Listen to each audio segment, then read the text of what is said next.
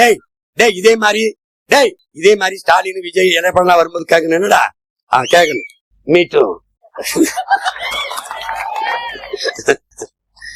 வீட்டுக்கு ஒருத்தனுக்கு வேலை உண்மையிலே கொடுப்பேன். உன் பிள்ளைய படிக்க வச்சிருவேன், மருத்துவம் கொடுத்துருவேன், தண்ணீர் கொடுத்துருவேன். 10,000 கொடுத்தனா நீ செலவு பண்ண முடியாது. செலவு பண்ணி காட்டு பார்ப்போம். ஏன்னா நானே வேளாண்மை செய்திருவேன். உனக்கு காய்கறி, அரிசி, பருப்பு, அது பஞ்சம் இல்ல. கரும்பு நான் தந்துருவேன், வாழை தந்துருவேன், தென்னை தந்துருவேன், தேங்காய் தந்துருவேன், எண்ணெய் தந்துருவேன். எல்லாமே என்கிட்ட இருக்கு, கவலைப்படாது. முல்லை, குறிஞ்சி, மருதம், நெய்தல், அங்காடி.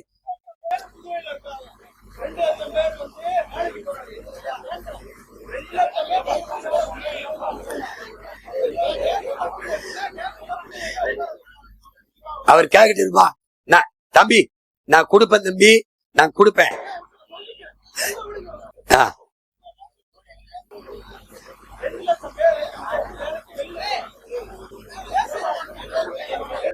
பேச விடுப்பா. டேய் இதே மாதிரி ஸ்டாலின் விஜய் எடப்பாடி வரும்போது கேட்கணும். என்னடா கேட்கணும் சொல்லு, பேச.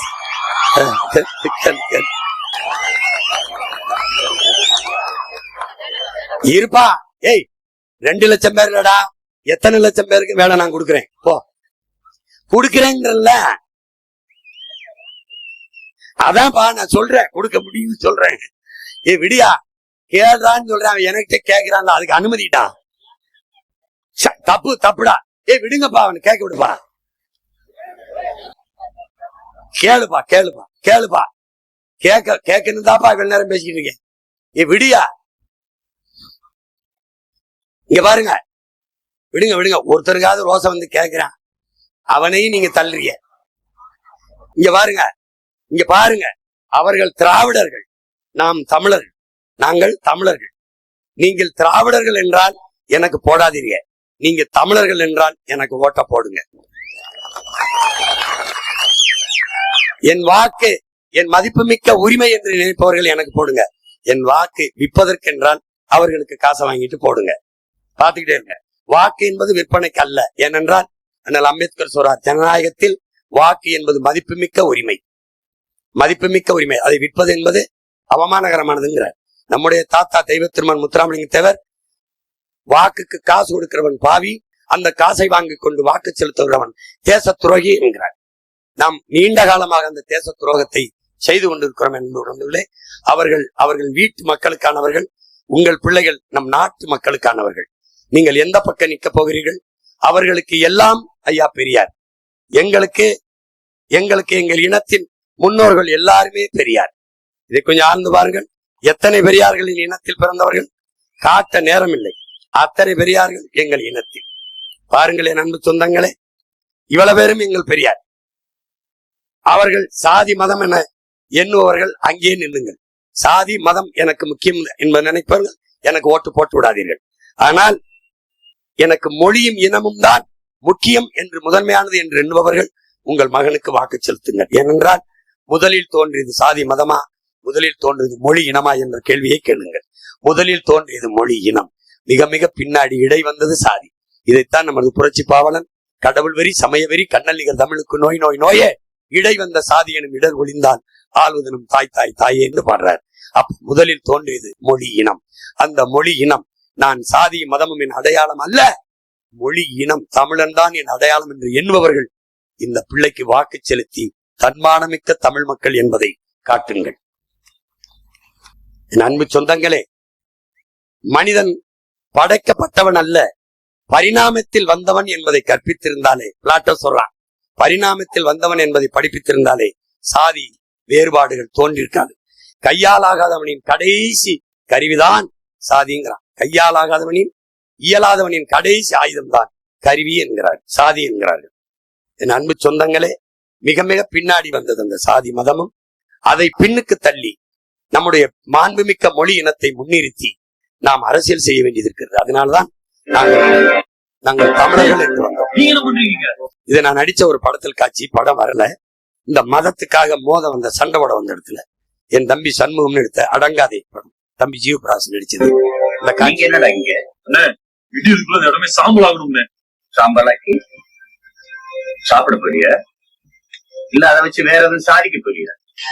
மதம் ஒரு அப்படிங்கிற அது இதயமற்ற உலகத்தாரின் இதயம்ங்கிறார் மார்க்ஸ். எல்லா மதங்களும் அன்பத்தாகடா போதி, பிறகு எங்கிருந்தா அது வம்பு வருது? அது ஏன் வருது, எப்படி வருது, என்னைக்காவது நீ யோசிச்சியா? முழுக்க நின்ன அண்ணனு கூட பார்க்க மாட்டேன். அன்பாத்தான் என்ன சொல்லிட்டு அன்பா சொன்னா இப்ப மண்டையில ஏறாதா? கத்தியில காட்டுறது புத்தியில காட்டுறா, இங்க வந்து நிப்பியா? இந்த குறியும் வெறியும் உழைக்கிறதுலயும் குறைக்கிறதுலயும் காட்டுற தடுக்கிறதா உங்களுக்கு என்ன கிடைக்க போகுது? சலிமே,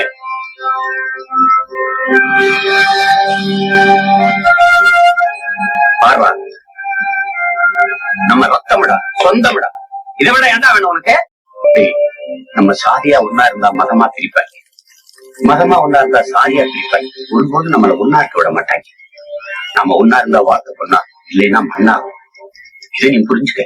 சூரிய, கடல், காற்று, மலை, மரம், செடி, கொடி, புல்லு, பூண்டு, வண்டு, ஏன் மண்களோட நம்மளை காப்பாத்துவோம்.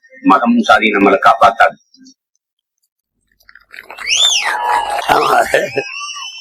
மேடையில பேசுறது அதுல பேசுனேன். அப்ப மொழி இனம் என்றால் நமக்கு ஒரு கோட்பாடு இருக்கிறது.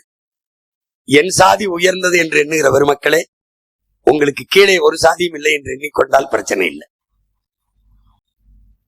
அதாங்க, அதான் அம்பேத்கர் கற்பிக்கிறார். நான் அடிமை இல்லை, எனக்கு யாரும் அடிமை இல்லை.